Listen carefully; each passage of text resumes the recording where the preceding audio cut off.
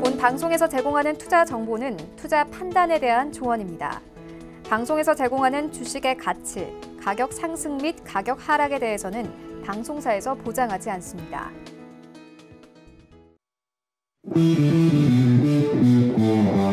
안녕하세요. 해외 선물의 신 시즌3 김성희입니다. 간밤에 뉴욕 증시는 FOMC 회의 결과를 기다리면서 혼조세로 마감했습니다. 나스닥만 홀로 상승했는데요. 장중에 10,000포인트를 터치하기도 했습니다. 오늘도 혼조세 이어가고 있습니다. 오늘도 나스닥 홀로 상승 중인데요. 현재 18,000포인트, 10,010포인트 선 지나가고 있는 상황입니다. 경기 침체에서 점차 회복 중인 미국 경기에 대해서 연준이 과연 어떤 평가를 내릴지 지금 시장이 촉각을 곤두세우고 있는 상황인데요. 오늘 시장 상황 함께 살펴보시고 매매 전략들도 함께 챙겨가시기 바랍니다. 오늘도 1시간 동안 다양한 내용들 전해드릴 텐데요. 더 자세한 내용 원하시면은요. 전화번호 02-3153-1611, 1612번 2대 전화 활짝 열어놓고 있습니다. 이쪽으로 전화 주시거나 문자번호 샵 0082번으로 문자 주시면 안내해드리도록 하겠습니다. 또 해외 선물의 씨는 유튜브로도 함께 하실 수 있는 거 아시죠? 유튜브 검색창에 서울경제TV 검색하시면 라이브 방송 보실 수가 있고요. 또 실시간으로 채팅창 참여도 가능합니다. 여러분의 많은 참여 기다리고 있겠습니다. 참고로 저희 방송에서 제공하는 정보는 투자 판단에 대한 조언일 뿐 해당 상품의 가치와 수익률 보장하지 않습니다. 그리고 해외 선물의 씨는 자본시장통합법 준수하고 있습니다. 1:1 투자 상담과 유사 수신행위, 무인가 영업행위 등 모든 불법 사항들 엄격하게 금지하고 있다는 점 알려드리도록 하겠습니다. 그럼 오늘도 힘차게 출발해 볼 텐데요. 오늘 이 시간 함께할 분들 소개해 드리도록 하겠습니다. 오늘 준 차장님 그리고 김정철 해설위원님과 함께합니다. 두 분 안녕하세요. 네, 안녕하십니까? 네, 반갑습니다. 오늘도 두 해설위원님과 함께 할 텐데요. 먼저 우리 준 차장님부터 인사 부탁드립니다. 네, 안녕하십니까. 네, 오늘 퇴근길에 갑자기 비가 와서 되게 우산 찾느라고 되게 힘들었는데 또 한편으로는 이제 날씨가 그래도 조금 또 꺾이지 않을까 하는 또 안도감도 들고 일주일에 또 반이 또 지나갔으니 또 제가 슬슬 또 기분이 좋아지는 또 주말을 기다리면서 또 기분이 슬슬 좋아지기 시작하는데 오늘 1시간 좀 더 유익한 정보 많이 드리려고 노력할 테니까 유익한 시간 되셨으면 좋겠습니다. 네, 좋습니다. 다음은 우리 김정철 해설위원님. 저희 시즌3에는 두 번째 시간이신데요. 지난 시간에 좀 어떠셨나요? 일단 제가 상승은 하는데 손이 안 나간다. 그런 내용을 우리 시청자분들 많이 느끼셨을 거예요. 느끼셨을 건데 시장이 좀 오늘 내일이 좀 이벤트가 많죠. 이벤트가 많기 때문에 특히 우리나라는 내일 선물 옵션 동시만기인데 내일이 정말 중요합니다. 왜냐하면 매도 차익 잔고가 얼마나 청산되는지를 확인해 봐야 되는 시기이고 그때를 기점으로 뭔가 시장이 바뀔 가능성이 좀 있기 때문에 그 부분 좀 확인해 보시면 좋을 것 같고 매도 차익 잔고 이런 거 잘 모르시겠다 하시는 분들은 나중에 질문 좀 올려주시면 자세히 좀 설명해 드릴 거고요. 그 다음에 오늘 간밤에 이제 또 재고 지표 나오고 그다음 FOMC 성명서가 나오는데 그래서 이런 부분들을 우리가 좀 확인해 보고 가야 될 시점이 아닌가. 그래서 좀 미리 포지션 잡는다 보다는 좀 확인하고 가자. 이런 거 좀 우리가 좀 생각해 보면 좋을 것 같습니다. 네, 좋습니다. 오늘도 두 분의 유익한 해설 기대해 보도록 하고요. 저희는 선물시장 시세 먼저 확인하고 가도록 하겠습니다. 네, 지수 선물 오늘도 혼조세 보입니다. 크루드오일 파란불, 골드는 빨간불 켜고 있습니다. 상품별로 하나씩 확인하시죠. 먼저 S&P 500입니다. 전일 대비 0.1% 하락세입니다. 3,201포인트 지나고 있습니다. 다음은 나스닥입니다. 1.16% 상승입니다. 1,066포인트 지나고 있습니다. 다음은 크루드 오일입니다. 2.08% 내림세입니다. 38달러 선 지나고 있습니다. 다음은 골드 시세입니다. 0.49% 오름세입니다. 1,730달러 선에서 거래되고 있습니다. 마지막으로 유로 FX입니다. 0.17% 상승입니다. 1.13660달러 지나고 있습니다. 네, 선물시장 시세 확인하고 돌아왔습니다. 지금 지수 선물도 혼조세를 보이고 있고 본장 같은 경우도 좀 혼조를 보이고 있는데 오늘도 나스닥은 상승을 이어가고 있습니다. 두 분과 함께 좀 이야기 나눠볼 텐데요. 나스닥이 만스닥이 됐어요. 네. 오늘 시장 좀 어떻게 볼까요? 네, 오늘도 어제와 비슷한 장세가 연출될 것 같아요. 오늘도 나스닥은 조금 상승할 것 같고 지금 선물로는 아직 FOMC가 완전히 끝나고 뭔가 거기에 대해 확정적인 말이 안 나왔으니까 계속 약간 좀 관망세를 보이면서 혼조 양상을 보이지 않을까 싶은데 나스닥은 상승할 걸로 보입니다. 네, 계속 지금 아마도 이후로도 계속 나스닥은 계속되는 상승 장세를 조금 보일 거고 S&P나 다우존스 같은 경우는 약간의 흔들림을 상승은 하긴 하겠지만 약간의 흔들림을 보일 것 같고 제가 그리고 또 이렇게 들었는데 제가 지금 뭐 코로나가 저희 완전 뭐 어느 정도는 잡혔다 이렇게 생각을 했는데 뭐 WHO가 이제 8일자 기준으로 발표를 했는데 8일자 확진자 수가 13만 6천 명인가를 기록하면서 사상 최고치를 기록했다고 하더라고요. 이게 뭐 제3세계 이쪽과 이란, 뭐 사우디 뭐 이런 쪽에서 좀 급증하는 바람에 이렇게 된 건데 사실 3세계 쪽 뭐는 저희 뭐 증시 뭐 이렇게 이런 경제에는 특별한 타격을 주진 않겠지만 지금 워낙 오름감이 있다 보니까 그래도 일말의 불안감은 줘서 약간의 또 흔들림을 또 보여주는 또 그런 요소가 되지 않을까라서 조금 또 불안하긴 하는데 그래도 일단 오늘은 FOMC를 앞두고 조금 관만 장세 속에 기술주 위주로 상승하는 장세를 보이지 않을까 그렇게 생각합니다. 알겠습니다. 자, 김정철 해설위원님은 오늘 시장 좀 어떻게 보고 계신가요? 일단 나스닥을 좀 보면은 우리가 좀 재밌죠. 재밌는 게 뭐냐면 분명히 컨택트 흐름이었는데 갑자기 또 언택트로 바뀌었는데 그러게요. 시장이 그러니까 최근에 불안 요소가 하나가 뭐냐면 남미 쪽의 확진자 급증, 그 다음에 중동 다시 난리 뭐 이렇게 정리해 볼 수 있겠는데 이란이 갑자기 1일 3,500명까지 늘었어요. 그러다가 지금 다시 줄었는데 사우디가 다시 또 늘었고요. 그러면서 이제 요즘 시장은 그걸 보면서 어떤 걸 생각하고 있냐면 저쪽에서 확진자가 늘어서 원자재 가격이 오르겠구나. 왜냐하면 생산을 못할 거 아니냐. 좋은 쪽으로만 해석을 하는 거죠. 그다음 남미 쪽도 브라질 문제가 생겨서 원자재 가격이 오르겠구나.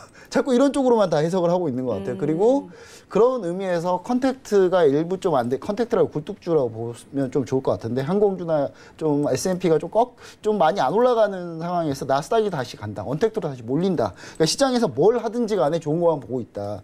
약간 이렇게 보시면 아주 깔끔하게 해석되는 시장이 되지 않을까. 그러니까 한마디로 확진자가 늘어서 좀 불안하다 이런 얘기가 나오고 있지만 그 불안한 것도 좋게 해석하려고 하고 있는 그런 상황이다 이렇게 보시면 좋을 것 같고요. 그 다음에 추가적으로 지난주에 나왔을 때 이제 미 고용지표 논밤에 대해서 얘기를 드렸었는데 지표가 3%가량이 좀 잘 나왔죠. 잘 나왔는데 사실 뜯어보면 좋지는 않습니다. 뜯어보면 사실 뭐 굳이 하나씩 다 따져보자면은 영구적 해고 데이터가 너무 많이 늘었어요. 너무 많이 늘어서 영구적 해고가 좀 많이 늘었기 때문에 그건 불안 요소인데 그것마저도 좋게 해석을 하고 있습니다. 그러니까 한마디로 뭘 하든지 간에 다 좋게 해석하고 있는 시장이기 때문에 당분간은 이 상승으로는 조금 지속될 것 같은데 저는 이제 분기점을 어디로 보고 있냐면 미국의 확진자 데이터가 다시 급증하는 타이밍. 우리나라도 약간 확진자가 살짝 늘어나고 있죠. 근데 미국도 아마 제가 봤을 땐 다음 주 정도에 아마 확진자 추이가 늘어날 가능성이 좀 있기 때문에 요거를 조금 기점이 되지 않을까. 그러니까 이 부분이 얼마나 많이 늘어나느냐. 13개 주가 미국의 13개 주가 억지로 축소해서 발표하고 있다. CNN에서 지금 막 떠들고 있는데 트럼프 대통령이 그런 거 신경 안 쓰니까요. 신경 안 쓰고 최근에 이제 정부 쪽에서 미 정부 쪽에서도 약간 파열음이 있었다라고 좀 보여졌는데 특히 FOMC 회의 때문에 제가 뉴스를 검색하다가 파월 써놓고 갑자기 트럼프 대통령 비판 뭐 이렇게 써놨더라고요. 전 제롬 파월인 줄 알고 깜짝 놀랐어요. 제롬 파월이 아니었습니다. 예전 파월 전 국무장관이었는데 일단 설마 그럴 리 있을까라는 생각을 했었거든요. 역시나 그럴 리는 없었습니다. 그래서 제가 봤을 때는 뭐 데이터가 아주 많이 늘어도 미 정부에서 중국처럼 뭔가 약간 뭐 마사지를 한 데이터를 발표하지 않을까? 저는 약간 이렇게도 생각이 돼서 추가적인 상승세를 한번 다음 주에 한번 더 보시면 좋을 것 같다. 이렇게 좀 보고 있습니다. 네, 알겠습니다. 자, 두 분의 이야기 잠시 들어봤고요. 조금 더 자세한 내용들은 잠시 후에 트레이딩 타임에서 더 짚어보도록 하겠습니다. 그럼 저희는 오늘도 외신센터 먼저 연결해서 외신 소식 전해 듣고 가도록 하겠습니다. 안녕하세요. 외신 해결사 이수연입니다. 뉴욕 3대 지수가 혼조세를 보이고 있습니다. 다우존스와 S&P 지수가 하락하고 있고 나스닥은 지금 만선을 돌파하면서 어제에 이어서 오늘도 그 저력을 이어가고 있습니다. 다우존스 지수가 0.68% 하락해서 27,085포인트를 지나가고 있고 S&P 500 지수는 3,201선을 지나가고 있습니다. 나스닥 지수는 0.64% 상승해서 1016.96포인트를 지금 돌파를 해서 17포인트 지금 방금 터치를 했는데 지금 신고가가 어제도 경신이었습니다. 어제는 12.5포인트를 찍고 내려왔는데 오늘은 보란듯이 그 만선을 딱 돌파를 해주는 모습입니다. 지금 이렇게 기술주 중심의 나스닥만 홀로 상승세를 유지하고 있는 상황인데요. 지금 이 기사에서도 나스닥이 지금 이 상장 이래로 사상 첫 신고가를 경신했다. 그리고 연준의 FOMC 회의를 기다리는 상황이다라고 나와 있습니다. 지금 이 기사에서 보시면 테슬라 가격이 지금 $1,000가 넘어선 상황이고요. 6.75%가량의 증가를 하고 있습니다. 또 애플이나 AMD, 엔비디아, 마이크로소프트 같은 IT 섹터가 계속해서 신고가를 올려가고 있는 상황입니다. 이렇게 지금 이 기술주 중심의 나스닥의 랠리가 굉장히 대단한데요. 이런 부분들 전문가들 어떻게 보고 있는지 또 오늘 준비한 외신 소식에서 다뤄보도록 하겠습니다. 그럼 첫 번째 뉴스부터 만나보시죠. 미 연준의 FOMC 회의 종료를 앞두고 외신들은 연준이 길게 내다보는 입장을 취할 것이라고 일제히 전하고 있는데요. 즉 연준이 당장에 새로운 조치를 취하지는 않을 것이다라고 보고 있습니다. 이번 FOMC 회의에 또 유독 더 집중을 하고 있는 이유는 연준이 올 들어 처음으로 이 연준 관계자들의 경제 전망에 대해서 발표하기 때문인데요. 전문가들은 연준이 또 다른 부양책보다는 이 경기 회복에 조금 더 초점을 맞춰서 이번 FOMC 회의를 진행할 것이다라고 보고 있습니다. 또 일각에서는 이 코로나19로 경기가 부진한 데 비해서 주가가 너무 많이 올라와 있기 때문에 이를 우려한 연준이 비둘기 스탠스를 보이지 않을 것이다 라는 의견도 있고 반대로 다른 전문가들은 비둘기 스탠스가 나올 것이다 라고 보고 있는 게 연준 입장에서는 주가 상승보다는 금리 상승이 더 부담스럽기 때문이라는 분석입니다. 이번 회의에서 금리를 낮추는 정책을 바로 시행할 가능성은 매우 낮습니다. 하지만 금리를 낮추는 방향으로 언급을 할 가능성은 있다고 보고 있습니다. 내일 소식이 전해지는 대로 알려드리도록 하겠습니다. 또 한 가지 뉴스가 있죠. 이 유럽 중앙은행이 배드뱅크 설립에 대해서 논의 중이라는 소식이 전해지고 있습니다. 이 배드뱅크, 금융기관이 부실 자산이나 채권만을 사들여서 전문적으로 처리하는 기관을 뜻하는데 연준이 정크펀드를 매입한 맥락과 좀 유사한 것으로 보입니다. 이 팬데믹에 맞서기 위해서 현재 1조 유로가 넘는 규모의 경기 부양책을 유럽 중앙은행이 펼치고 있는 가운데 이 미상환 채권을 대비하기 위해서 최근에 이 배드뱅크 태스크포스까지 설립을 했고 또 이 작업에 대해서 가속화가 진행되고 있다는 소식입니다. 하지만 이 코로나 펀드 문제도 그렇고 유로존에서는 항상 이런 정책이 나왔을 때 국가들이 갈등을 빚었죠. 이 로이터 통신에서는 부실 대출을 해결하기 위한 범유럽적 계획은 아마도 독일의 정치적인 반대에 직면할 가능성이 높다라고 언급하면서 유로존의 갈등이 다시 한번 예상되고 있습니다. 한편 이 22의 배드뱅크 소식 때문에 유로 달러가 급 반등하는 모습을 보여주기도 했습니다. 지금은 그 반등폭을 좀 줄여냈는데 이 소식이 나온 직후에는 0.21%가량 올라서 1.1365 달러까지 올라왔었고 지금은 그래도 여전히 이 배드뱅크 소식 때문에 유로화가 상승을 해주고 있는 모습입니다. ECB가 경기 회복을 위해서 다양한 노력을 펼치고 있는 것으로 보이죠.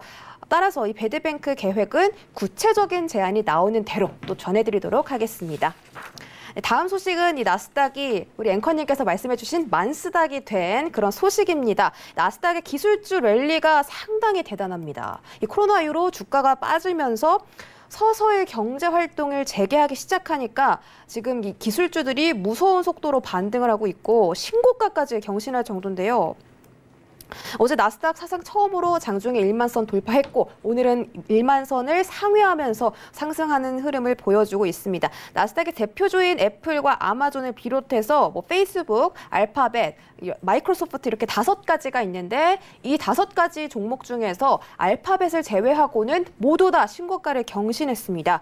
하지만 전문가들은 지금의 목표치, 지금의 이 주가들의 목표치를 지금보다도 5%가량 더 높게 제시했습니다. 앞으로도 추가적인 상승 여력이 있다고 보고 있는 건데요. 코로나로 인한 셧다운에 영향을 받지 않았기 때문에 앞으로도 수혜가 예상된다는 분석입니다.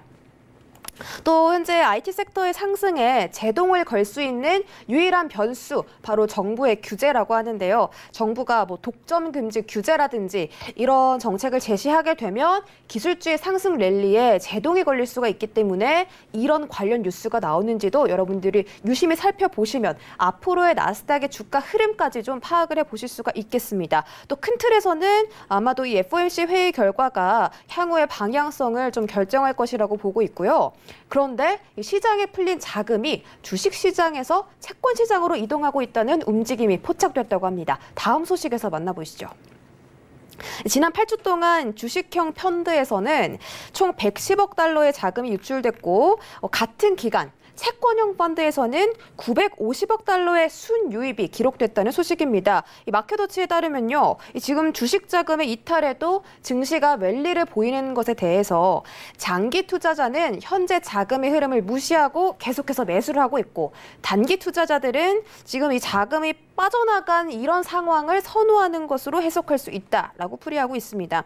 채권 시장에 또 자금이 유입됐다고 해서 이게 앞으로 채권 전망이 더욱더 좋은 게 아니라 이런 현상은 좀 단기적으로 이루어질 것으로 보이기 때문에 주가 흐름이 계속 상승 흐름으로 이어지는 이상 자금이 채권보다는 주식에 더 머무를 수 있다는 양상이 있다는 평가입니다. 지금 주식시장에 좀 장기적인 관점으로 보고 들어오는 투자자들이 많다고도 해석을 해볼 수가 있겠고, 지금 뭐 자금이 주식시장에서 채권시장으로 이동한다고 해서 주식시장이 조금 조정을 받을 것이다, 이렇게 볼 수는 없다는 마켓워치의 판단입니다. 여러분들도 참고해 주시기 바라고요. 잠깐 이 도널드 트럼프 대통령의 트위터를 소개해드리며 지금 나스닥이 신고가를 경신했다고 트위터를 올렸습니다. 예정보다 지금 스케줄보다 훨씬 더 앞서가고 있고 지금 엄청난 진전이 이루어지고 있다라면서 다시 한번 이런 주가 상승에 대해서 도널드 트럼프 대통령이 칭찬을 하고 나섰습니다. 이런 부분도 참고해 주시고요. 오늘 준비한 소식은 여기까지입니다. 그럼 저희는 오늘 김정철 해설위원님 그리고 쭌 차장님 두 분과 함께 만나보도록 하겠습니다. 네, 경제 이슈들 확인하고 돌아왔습니다. 어김없이 트럼프 대통령은 이런 증시 강세에 또 자신의 트위터에도 게재를 하고 나섰는데 지금 나스닥은 다시 좀 이 만선 아래에서 움직이고 있습니다. 오늘은 과연 종가 기준으로 만선을 돌파할 수 있을지 좀 기대를 해보면서 트레이딩 타임 바로 진행해 보도록 하겠습니다. 자, 오늘도 먼저 S&P 500부터 살펴보도록 하죠. 자, 나스닥이 이렇게 힘을 써서 올라가는 중에 S&P 500은 조금 주춤하는 모습입니다. 오늘 어제에 이어서 이 거래일째 파란불을 켜고 있는 상황인데요. 현재 구간에서의 방향 확인해 보도록 하겠습니다. 업앤다운 들어주시죠. 하나, 둘, 셋. 쭌 차장님은 매도, 그리고 김정철 위원님은 매수 주셨습니다. 매수 의견 먼저 들어보죠. 네, 일단 저는 이제 나스닥이 강하잖아요. 그러니까 네. 나스닥, S&P 둘 다 주거니 받거니 올라갈 수밖에 없는 상황이 아닌가, 저는 약간 이런 생각 들고요. 그러니까 지금 현재 S&P 500보다는 나스닥이 좀 더 강한 것 같습니다. 왜냐하면 컨택트에서 언택트로 잠깐 옮겨갔으니까요. 확진자가 좀 늘어난다고 하니까 그럼 둘 다 떨어져야 되는데 그런 거 신경 안 쓰고 그러면 다시 언택트가 가는 거 아니야? 이쪽으로 자금이 몰린 거죠. 근데 이제 다시 컨택트로 다시 주고 받을 가능성을 좀 높게 보고 있고요.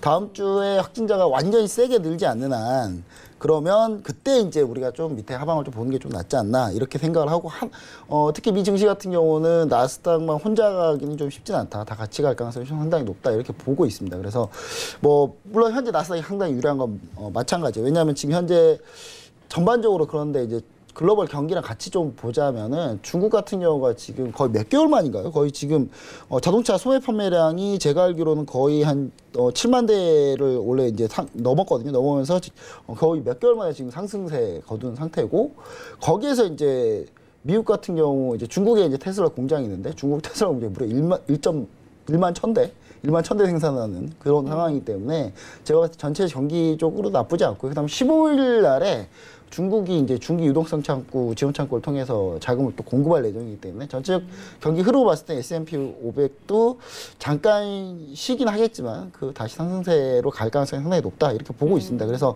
전체적으로 나스닥을 지문하면 참 편하게 상승을 들었을 텐데 네. S&P이기 때문에, 하지만 S&P도 저는 이제 요 라인대를 보시면 좋을 것 같아요. 3,125 라인대를 지켜만 준다면 저는 계속 상승할 가능성이 상당히 높다. 저는 이렇게 좀 보고 있습니다. 그래서 앞으로도 나스닥이나 다른 뭐 전체적으로 증시 레벨 전체적으로 좀 같이 힘맞추기 해 가면서 가는 그런 방향을 보고 있다. 이렇게 보시면 좋을 것 같습니다. 알겠습니다. 자, 일단 나스닥과 마찬가지로 S&P 500도 매수 의견 주셨고요. 지금은 일단 조금 쉬어가고 나스닥이 홀로 좀 질주를 펼치고 있지만 어쨌든 같이 갈 것이다. 언택과 컨택이 좀 번갈아 가면서 추가로 또 얘기 드리면 FOMC 회의가 있잖아요. 네. FOMC 회의가 있는데 그냥 이렇게 보시면 좋을 것 같습니다. FOMC 회의에서 일드 커브 같은 경우가 현재 일드 커브 컨트롤 해가지고 YCC 관련해서 강한 어조가 나올 수가 없는 상황이에요. 그래서 제가 봤을 때는 그러니까 일드 커브 컨트롤 하겠다라고 하면 장이 조금 밀릴 겁니다. 근데 오늘 FOMC에서 그 얘기 안 나올 거로 저는 생각하고 있기 때문에 저는 그렇게 되면 지수도 전체적으로 좀 다시 좋은 반응 나오지 않나 이렇게 보고 있습니다. 네, 알겠습니다. 자, FOMC 회의에 대한 내용까지 좀 전해주셨고요. 자, 준 차장님은 S&P는 매도로 보고 계시는 거예요? 네. 뭐 매도인데 그렇게 뭐 큰 매도는 아니라 뭐 1% 안팎의 그냥 약간의 그냥 FOMC에 대한 실망감. 네네. 지금 FOMC에서 아까 방금 해설위원님이 말씀 주신 것처럼 특별히 강하게 나올 얘기가 없거든요. 그렇다고 뭔가 강하게 이렇게 뭐 양적 완화를 줄인다든지 뭐 이런 것도 나올 수도 없기 때문에 근데 지금 한동안 저희가 가만히 생각해 보면은 지금까지 한 5월까지는 진짜 믿기 어려울 정도로 재빠르게 막 연준과 행정부에서 각종 부양책들이 다 나왔어요. 근데 지금 한 2주간 정도는 좀 조용한 것 같아요. 그래서 지금 아마 시장의 트레이더들은 약간의 또 추가 부양책을 바라는 마음이 있을지도 모른단 말이죠. 근데 이번 연준에서는 그 고용 지표가 좀 좋게 나온 것도 있고 해서 특별한 부양책도 나오지 않을 거고 여기서 아직 코로나도 잡히지 않은 상황에서 뭔가 뭐 규모를 줄이거나 하기도 위험하고 그래서 그냥 다음을 기약하면서 약간 그냥 조금 뭐 고용 정책이 괜찮았으니 뭐 우리가 지금까지 대응은 좀 잘하고 있는 것 같다. 뭐 이런 식으로 약간의 얘기가 나오고 특별한 별 얘기가 없이 지나갈 것 같아요. 그래서 이런 거에 대한 실망감으로 소폭의 약간 차익 매물식으로 약간 나올 것 같고 하지만 저도 아직은 더 오를 여지가 있다고 보고 있는데 지금 중국 쪽에 이제 굴삭기 이제 판매량이 지금 그러니까 전년 5월 대비해서 68%가 증가했다고 해요. 보니까 이게 근데 3월 달부터 엄청나게 늘었는데 3월 달에는 5만 대, 4월 달에는 4.5만 대, 그리고 5월 달에는 지금 줄어서 뭐 한 3만 5천 대 정도인데 지금 3월 달에 5만 대가 이제 역대 월간 최고치였고 지금 그러니까 중앙정부에서 지방정부를 통해서 특수채권을 발행해서 지금 계속적으로 인프라 쪽으로 이제 강화를 시키고 있거든요. 그래서 이제 전기동 가격이 그렇게 계속 올랐던 거고 앞으로도 더 오를 여지는 있는데 조금 올라서 조금 며칠 전에 질문 왔었잖아요. 그래서 조금 쉬어가는 게 좋지 않을까 약간 말씀드린 건데 아직도 뭐 전기동이나 에너지 원자재 쪽으로는 아직도 오를 여지가 많다고 보여져요. 그리고 5월 달만 해도 이제 집 특수채권 발행액이 1억 위안으로 지금 월간 또 최대치를 경신했다고 하더라고요. 그래서 중국 쪽의 인프라 투자는 계속 강화되고 있고 앞으로도 지속적으로 투자는 이루어질 것이다. 그래서 원자재 쪽에 상승세는 계속 될 거고 뭐 이런 인프라가 결국 계속 끌어올린다는 건 결국 증시에도 약간 힘을 주는 거기 때문에 증시에도 힘을 줄 수 있을 것 같고 근데 또 중국 쪽에 또 이렇게 좋은 얘기만 있는 게 아니라 중국 쪽에 이제 또 생산자 물가는 또 4년 또 최저치를 기록했다고 하더라고요. 그래서 또 디플레이션 우려가 또 심화되고 있는데 뭐 이 말은 또 어떻게 보면은 정부 쪽에 약간 또 이런 압박을 줄 수 있는 거니까 추가적인 부양책을 또 내놔라 뭐 이런 압박을 줄 수 있는 거니까 또 말씀 주신 대로 또 트레이더들이 요즘 또 좋은 쪽으로만 해석을 하려는 거가 있으니까 이것도 그렇게 큰 악재는 아닐 것 같고 지금 그러니까 오늘하고 뭐 이번 주에 가장 큰 이슈라고 하면은 FOMC일 것 같은데 FOMC에서 막상 원하던 말은 안 나올 거다. 그래서 여기에 대한 실망감으로 소폭의 그냥 하락은 있을 텐데 그래도 아직은 조금 더 상승 기조로 보는 게 맞지 않을까. 그래서 오늘만 잠깐 쉬어가는 의미에서 하락을 들었습니다. 네, 알겠습니다. 자, 지금 우리 시각으로 내일 새벽 3시죠. 이제 몇 시간 안 남았는데 3시에 FOMC 성명서가 또 발표가 됩니다. 지금 이것을 기다리면서 시장이 좀 눈치를 보고 있는 상황인데 시장이 기다리는 것만큼의 그런 내용은 나오지 않을 것이다. 그렇기 때문에 거기에 조금 실망한 뭐 그런 측면에서 잠시 쉬어가는 모습을 오늘 상황에서 S&P는 보일 것이고 하지만 큰 폭의 하락세는 보이지 않고 결국에는 조금 더 나아가서는 결국 계속 상승 흐름을 같이 할 것이다라는 의견 전해드렸습니다. 자, 지수 선물 여기서 마무리해보도록 하고요. 저희는 크루드 오일로 넘어가서 또 짚어보도록 하겠습니다. 자, 오일은 지금 37달러 선까지 다시금 좀 38달러 선 아래까지 조금 내려와 있는 상황인데요. 자, 현재 구간에서의 두 분의 방향도 확인해 보도록 하겠습니다. 오늘은 또 원유 재고 지표 발표도 있는데, 자, 이런 부분이 지금 상황에서 얼마나 영향을 미칠지 또 같이 이야기 나눠보도록 하죠. 업앤다운 들어주시죠. 하나, 둘, 셋. 네, 오일은 두 분 다 매수 의견 주셨네요. 이번에도 우리 김정수 해설위원님부터. 네, 일단 뭐 오일 같은 경우는 일단 뭐 약간 해석 자체가 약간 좀 재밌을 수는 있습니다. 근데 네. 이제 리비아에서 생산 차질, 그 다음에 이란에서 뭐 이제 이라크 바그다드 공항에서 미사일 떨어졌다, 뭐 이런 얘기들보다는 사실 네. 이란에서 확진자가 6월달에만 3,500명 가까이 일일 3,500명 다시 찍었거든요. 그러니까 그 전에 이란 최고가 3,000명이었어요. 근데 6월달 들어서 이란 최고 일일 확진자가 3,500명, 다시 예전보다 더 심해진 거죠. 사우디 같은 경우는 1,000명인데 1,000명대 찍다가 갑자기 6월달 들어 3,000명 됐습니다. 이게 무슨 얘기냐면 4월 23일에서 5월 23일 날 라마단이었는데 네. 왔다 갔다 많이 했겠죠. 사회적 거리두기를 했을 가능성이 거의 없습니다. 그렇죠. 인식 자체가 중동 분들 인식 자체가 뭐 이렇게 인종적으로 뭐 이렇게 뭐 다르다 뭐 이런 얘기는 하는 게 아니고요. 네. 그러니까 종교에 대한 그런 쪽이 약간 신임이 좀 강하다 보니까 그쪽에서 그쵸. 제가 봤을 때는 좀 그 퍼지는 시기가 6월 중순에 아마 피크가 나올 가능성이 상당히 높습니다. 6월 중순 다음에 6월 중순 그 다음 주까지 해가지고 피크가 나올 가능성이 상당히 높은데, 중동 쪽에서 이런 일이 벌어진 게 원래는 유가의 급락 제로여야 되는데 중동에서 벌어져서 이거 생산 차질이다. 약간 요런 식으로 해석 가능할 것 같아요. 칠레 정기동 같은 경우도 사실 칠레 광산에서 네. 73명이 확진자 나오면서 정기동가 추가적으로 더 상승한 부분도 있거든요. 그래서 요즘에 남미든 중동이든 이쪽에서 퍼지는 게 오히려 원자재 가격에는 괜찮다. 이렇게 약간 해석이 좀 되고 있는 것 같습니다. 그래서 저희 약간 이 부분이 조금 더 영향을 줄 것 같고요. 다음 주, 다다음 주까지 아마 확진자가 좀 세게 나올 가능성이 좀 있기 때문에, 그러면은 제가 봤을 때는 41.50까지 찍지 않을까. 저 이제 당일 추세를 얘기 드리기가 좀 쉽지 않은 게, 제가 일주일에 한 번씩 나오지 않습니까? 일주일치로 약간 얘기를 좀 드린다는 부분 참고해 주시면 좋을 것 같습니다. 예.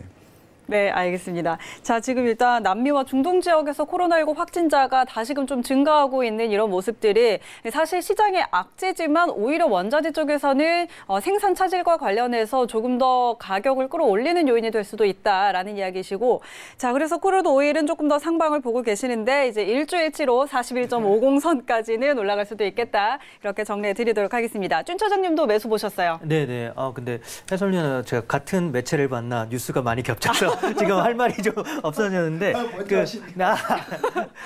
그 말씀 주신 그 리비아의 이제 유전이 이제 원래 5개월 동안 폐쇄되어 있다가 네. 다시 오픈을 했다가 지금 뭐 무장단체 협박으로 인해서 다시 또 이제 생산을 중단 이제 할 거라고 뭐 이렇게 얘기가 나오면서 네네. 이제 감사한 우려가 나오면서 이제 또 뭐 이렇게 조금 상승한 감이 있는데, 뭐 여기가 지금 사하라 유전이 그 리비아 전체 생산량의 한 3분의 1 정도를 차지한다고 하더라고요. 그러니까 그래도 리비아에서는 꽤 큰 규모를 차지하고 있는 부분이기 때문에 분명히 원유 쪽으로 조금 진짜 상승 요인이 될 수도 있고, 말씀 주신 것처럼 진짜 그 칠레 쪽의 구리광산도 지금 그 확진자 때문에 많이 지금 가격이 뛴 것도 있거든요. 네. 그래서 진짜 그런 확진자로 인해서 원유 가격을 조금 상승하는 요인도 될 것 같아요. 그리고 제가 이제 뭐 안 얘기한 이제 뉴스를 찾아본다면은 네. EIA 그 에너지부에서 이제 또 2020년 원래 WTI랑 브렌트 가격을 뭐 한 40불 정도로 예상을 했는데 이번에 네. 한 42불, 42, 3불 정도로 조금 더 상향을 해서 네네. 이것도 좀 원유 쪽으로 조금 뭐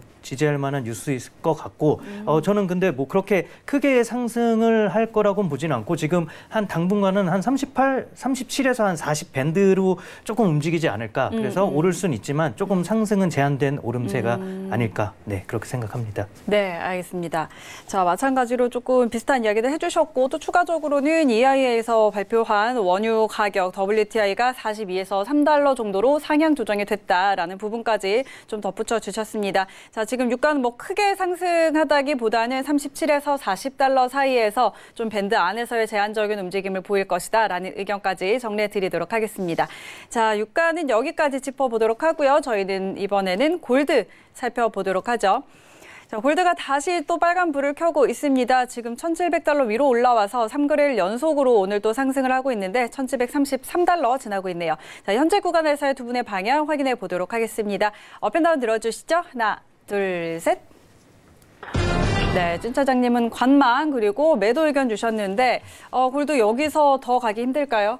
더 이제 올라갈 수 있는데 네. 일치위치로 좀 얘기 드리자면 박스권 상단은 어차피 좀 정해져서 가지 않을까라는 생각을 하고 있고요. 그다음에 골드가 이제 가려면은 사실 이제 달러가 뭔가 크게 문제가 생기든지 네. 뭐 위험 자산에 약간 선호 심리가 있어야 되는 위험 자산 선호 심리가 네. 안전 자산 쪽으로 좀 흘러야 되는데 네네. 지금 약간 그건 이미 흘렀어요. 이미 흘렀고 이 부분 흘렀던 부분들이 최근에 한 며칠 동안 반영이 된 상태인데 그럼 여기에서 더 뚫고 가기에는 뭔가 이제 큰 재료가 아직 부족하지 않나라는 생각을 좀 해보고요.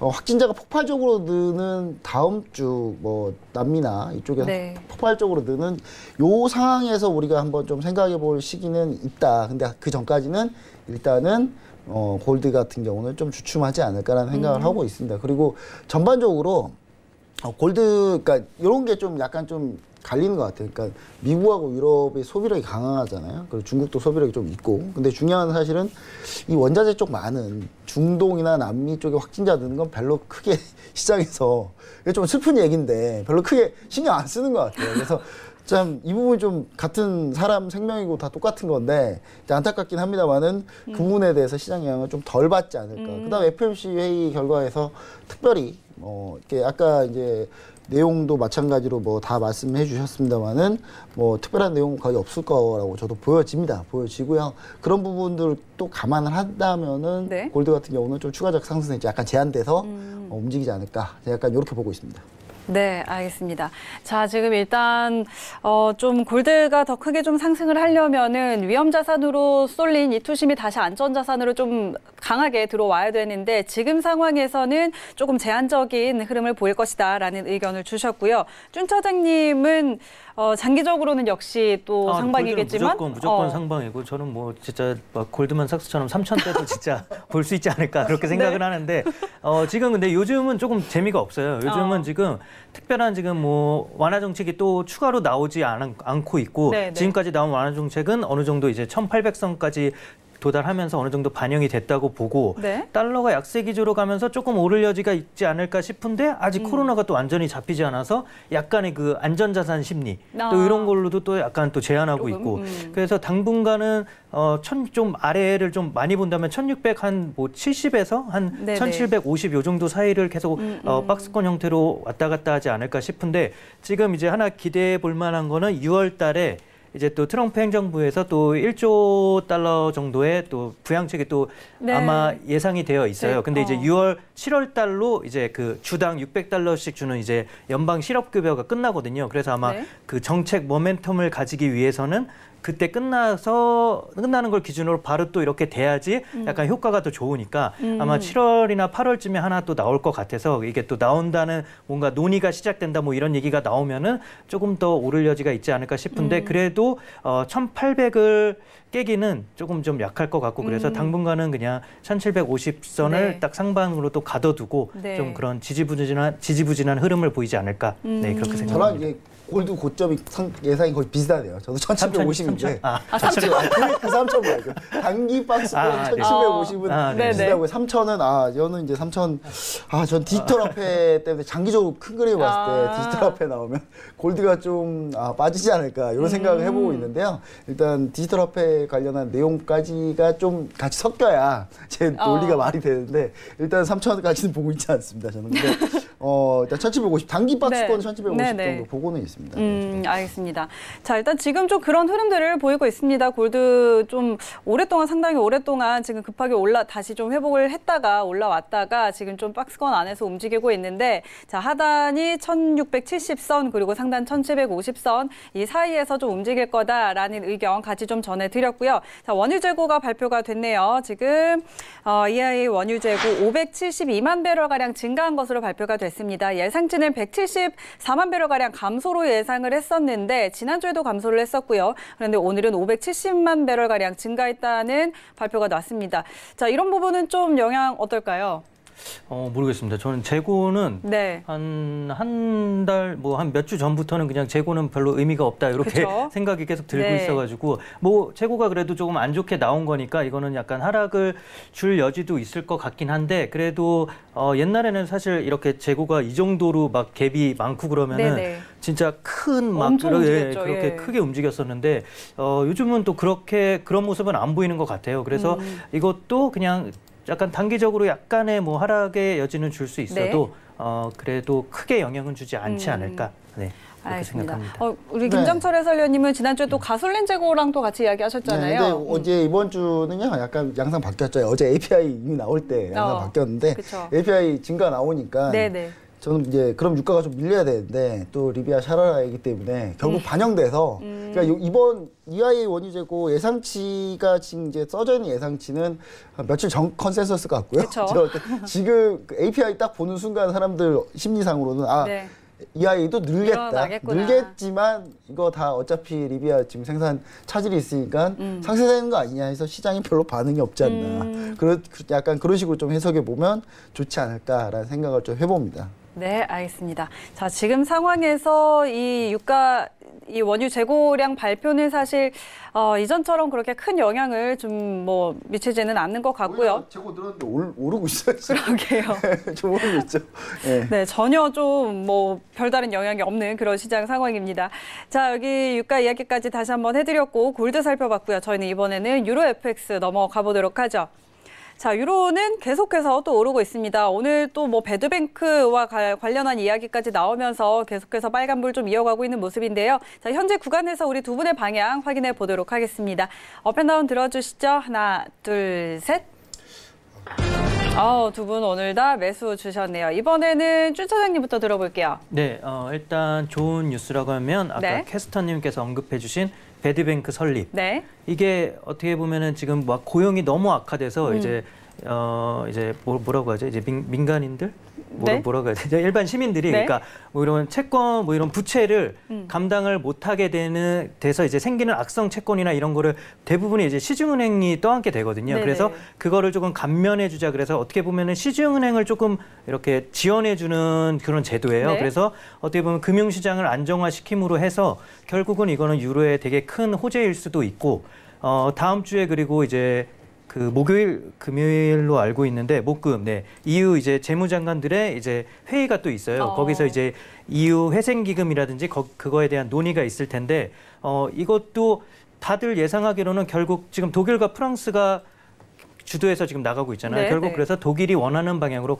어떻게 보면 가장 큰 경제대국의 힘이 세니까 유로 안에서 분명히 발언력도 가장 큰 영향력이 있을 거고 그래서 결국은 독일이 원하는 대로 되질까 않을까 해서 다음 주 목요일, 금요일까지 저는 유로는 계속 좀 힘이 좋을 거라고 봐서 1.15까지도 분명히 테스트를 할 거라고 보고 그리고 이거는 뭐 여기까지 이제 유로는 상승한다고 재밌는 얘기가 이제 그 네덜란드, 오스트리아, 스웨덴, 덴마크 있잖아요. 얘네들을 네. 이제 유럽에서는 이제 구두쇠 4개국이라고 한다고 하더라고요. 네. 네, 이쪽이 워낙 뭐 그 재정 지출 이런 거에 좀 이쪽은 잘 사는데 네네. 이렇게 좀 못 사는 남부 쪽 이런 뭐 스페인, 뭐 이탈리아 네네네. 이런 쪽에 뭐 도움 얘기만 나오면은 무조건 반대 이렇게 나와서 구두쇠 4개국이라고 불린다고 하는데 네, 이건 그냥 우스개 얘기고 네, 유로는 다음 주까지 조금 상승하지 않을까 네, 이렇게 생각합니다. 알겠습니다. 자, 일단 뭐 이번 주 목요일, 금요일 EU의 재무장관 회의까지 좀 앞두고 있는 상황에서 그때까지는 조금 상승 기조를 이어갈 것이다라는 의견, 1.15까지도 테스트하러 갈 것이다라는 의견 정리해 드리도록 하고요. 좀 어떻게 보세요? 네, 역시 사실 매수 의견. 유로화가 이제 더 지난주에도 이제 상승할 거라고 얘기했지만 좀 불안한 게 뭐냐면 1분기 이제 EU GDP 나올 때 네. 이게 과연 안 좋게 나오면은 그래도 한번 꺾이고 가지 않을까라는 생각이었는데 좋게 나왔어요. 또 심지어 좋게 네. 나왔거든요. 그러니까 수치가 뭐 마이너스긴 한데 기대했던 것보다는 훨씬 좀 좋게 나와서 여기서 탄력을 받고 들어올리는데 이게 더 들어올 가능성이 상당히 높다. 이거 쉽사리 예상하기는 좀 쉽지 않을 것 같고요. 결론적으로는 하지만 이제 달러의 문제긴 한데 유럽 자체가 지금 약간 좀 좋아 보이는 건 사실입니다. 좋아 보이는 네. 사실이고 아까 이제 배드뱅크 관련한 얘기도 해주셨는데 이제 유럽 같은 경우는 태생적으로 이게 우리나라 같은 경우는 이게 통화 공급 자체가 이제 중앙은행에서 이렇게 쭉 퍼트리는 구조인데 이제 유럽 같은 경우는 시중은행을 많이 이용을 해요. 많이 이용을 하는데 그래서 문제가 생기면 시중은행이 다 문제가 생깁니다. 다 박살이 나거든요.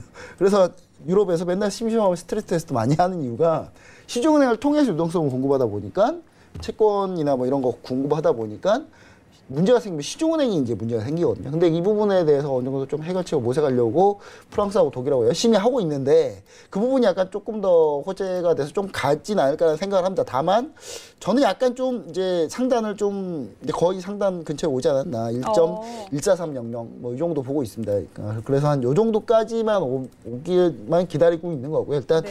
이 정도 이상 가기는 약간 좀 쉽지 않은 흐름이지 않을까라는 생각해 보고요. 그 다음에 네. 아까 이제 구두쇠 얘기 해주셨잖아요, 하계구. 근데 저는 이 부분 우리가 좀 잘 생각해 봐야 될 것 같아요. 그러니까 저는 무조건 그런 남유럽 국가들이 참 못됐다 이렇게 하면 안 될 것 같고요. 왜냐하면 솔직히 유로화 자체가 원래 더 한참 독일이랑 뭐 프랑스, 독일 경기만 따지고 보면 유로화 엄청 올라야 되죠. 근데 이 남부 유럽 때문에 유로화가 많이 안 올라서 독일이 수출이 잘 되고 있어요. 그러니까 거기 혜택을 본 나라들이 너무 그쵸. 예, 뭐라 하면 안 된다. 그리스 얼마나 화나겠습니까? 자국 나라가 정말 바보가 되고 있는 상황인데 네네. 그럼 유로화가 좀 떨어져야 되는데 안 떨어지니까 그쵸. 안 떨어지니까 뭐 수출도 안 돼, 뭐 관광객도 오면 비싸다고 뭐 소비 안 해, 뭐 이런 식으로 나라가 점점 안 좋아지고 있는 거는 어쩔 수 없는 거거든요. 그래서 전 전체적으로 좀 이런 구두쇠 나라들이 좀 합심해서 좀 유로를 다시 살렸으면 좋겠습니다. 저는 약간 그런 생각으로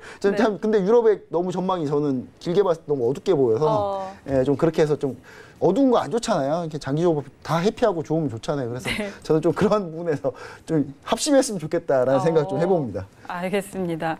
자, 일단 뭐 좀 장기적으로 보면은 그래도 유로 쪽은 좀 어둡다라는 의견까지 좀 전해드리도록 하고요. 자, 여기까지 저희 유로 FX까지 한번 좀 정리를 해드렸는데 또 그 사이에 시청자 질문이 하나 또 들어왔네요. 자, 문자로 구리 또 질문을 주셨어요. 저번에 구리 상승을 예측을 해주셨는데 일단 감사하다는 인사와 함께 계속 갈까요? 하고 질문을 주셨어요.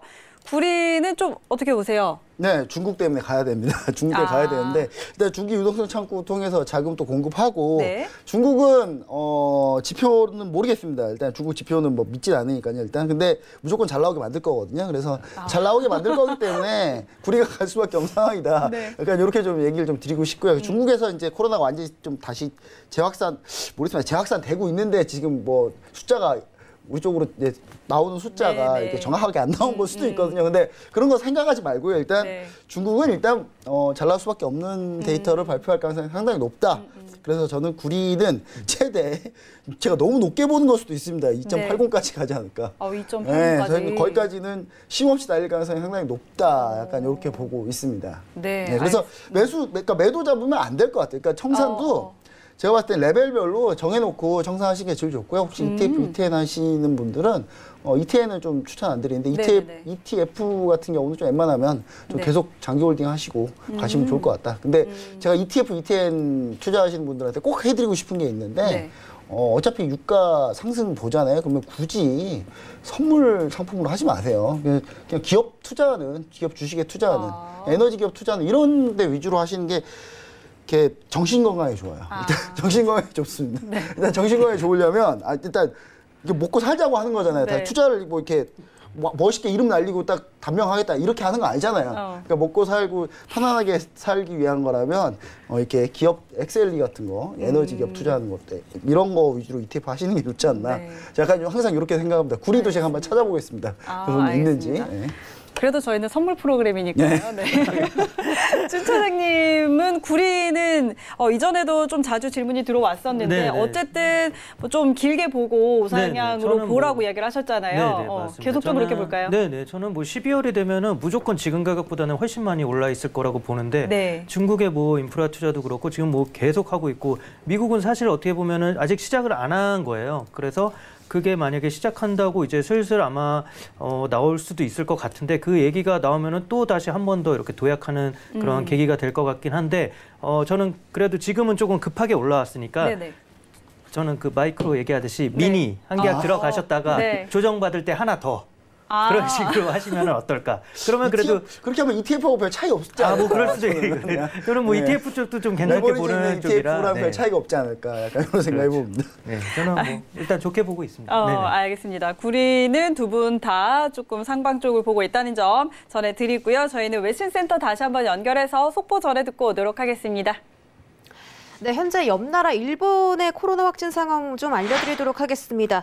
일본에서 오늘 38명의 코로나 신규 확진자가 발표되면서 총 확진자가 18,018명으로 집계됐다고 밝혔습니다. 사망자는 총 935명으로 확진자에 비해서 그렇게 적은 숫자는 아닙니다. 따라서 치사율이 약간은 높다고 볼 수가 있겠고 옆 나라도 그렇고 우리나라에서도 지금 확진자가 30명대에서 50명대까지 꾸준히 유지되고 있기 때문에 이런 부분들이 또 증시에 영향을 미치지 않을지는 체크를 해보시는 게 중요하겠고요. 이런 소식들도 계속해서 팔로우업 해드리도록 하겠습니다. 다음 소식은 미국의 소비자 물가지수가 발표가 됐는데요. 5월 소비자 물가지수가 전달보다 0.1% 떨어지면서 석 달째 마이너스 물가를 이어가고 있습니다. 마이너스기는 하지만 전달에 0.8%였기 때문에 이것보다는 훨씬 폭이 많이 줄어드는 것으로 보고 있고 또 보시는 것처럼 저번 달에 발표된 수치가 워낙 이 코로나로 인해서 기업들이 폐쇄하고 뭐 이렇게 세계 경제가 모두 문을 닫았었기 때문에 좀 큰 폭의 하락세를 보였다. 그래서 2008년 12월 이후로 가장 큰 폭의 하락세였는데 지금은 따라서 그것보다는 좀 개선된 수치를 보여주고 있고요. 이에 따라서 디플레이션에 대한 우려는 다소 진정될 것으로 보입니다. 또 아직까지 코로나로 인한 피해 때문에 수요가 좀 정체되어 있다고 보고 있고 연준이 기존의 이 소비자 물가지수, 이 인플레이션 수치가 2% 정도를 타겟으로 잡았기 때문에 지금 그 수치에 많이 근접해서 회복을 하고 있다라고 저희가 기준점으로 좀 살펴볼 수가 있겠습니다. 이런 지표도 지금 이렇게 흘러가고 있다는 점 체크해 보시기 바랍니다. 여기까지 속보 전해드렸습니다. 네, 속보 다시 한번 전해 듣고 돌아왔습니다. 네, 소비자 물가지수가 지난달에 굉장히 또 악화된 수치로 확인이 됐는데 조금씩 회복이 되고 있는 것이 확인이 되고 있고요. 자, 이런 부분들도 종합적으로 오늘 이제 내일 새벽에 연준이 어떤 이야기들을 꺼내 놓을지 같이 살펴봐야 할 것 같습니다. 자, 그리고 저희 질문이 하나 더 들어왔습니다. 나스닥 관련해서 이번에 질문이 들어왔는데요. 나스닥 진입 포지션 한번 잡아달라는 문자를 보내주셨어요. 우리 김정철 해설위원님. 네. 아까 이제 뭐 나스닥이었으면 시원하게 매수를 들었을 텐데 이런 이야기 하셨잖아요. 그렇다면 이분 우리 질문 주신 데이 트레이딩이죠. 이분 데이 트레이딩이면 그렇죠. 기다려야죠. 뭐 이렇게 그냥 기다려요. 43포인트. 예, 지금 차트로 잡아놨는데 네네. 일단 이 정도 포인트에서 좀 기다리시는 게 좋을 것 같습니다. 그러니까 추격하기 좀 그렇고요.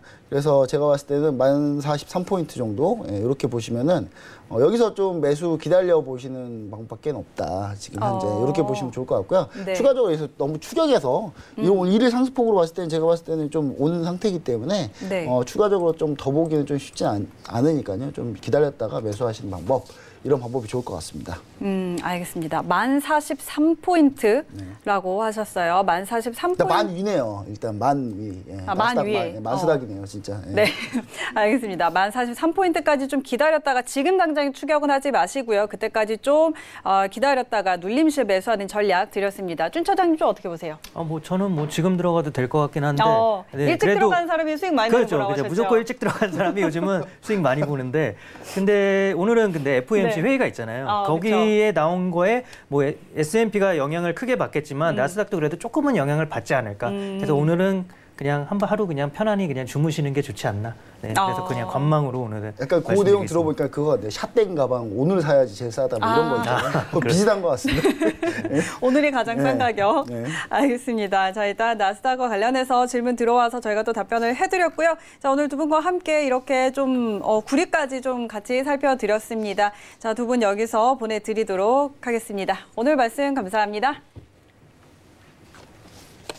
네, 자, 저희 오늘도 이렇게 좀 다양한 이야기들 전달을 해드렸는데요. 이제 내일 새벽에 저희가 계속해서 말씀을 드렸던 FOMC 회의 결과가 또 나오겠죠. 이런 부분들 내일 저희 방송에서 다시 한번 또 짚어드리도록 하겠습니다. 오늘 준비된 내용은 여기까지고요. 저희는 내일 다시 돌아오도록 할 텐데요. 자, 참고로 저희 방송에서 제공하는 정보는 투자 판단에 대한 조언일 뿐 해당 상품의 가치와 수익률 보장하지 않습니다. 그리고 해외 선물의 시는 자본시장통합법 준수하고 있습니다. 1:1 투자 상담과 유사 수신 실수신행위, 무인가 영업회계 등 모든 불법 사항들 엄격하게 금지하고 있다는 점 다시 한번 알려드리도록 하겠습니다. 저희는 내일 다시 돌아올게요. 고맙습니다. You would wait and watch from far away, but you always knew that you'd be the one to work while they all play. And you'd lay awake at night and scheme of all the things that you would change, but it was just a dream.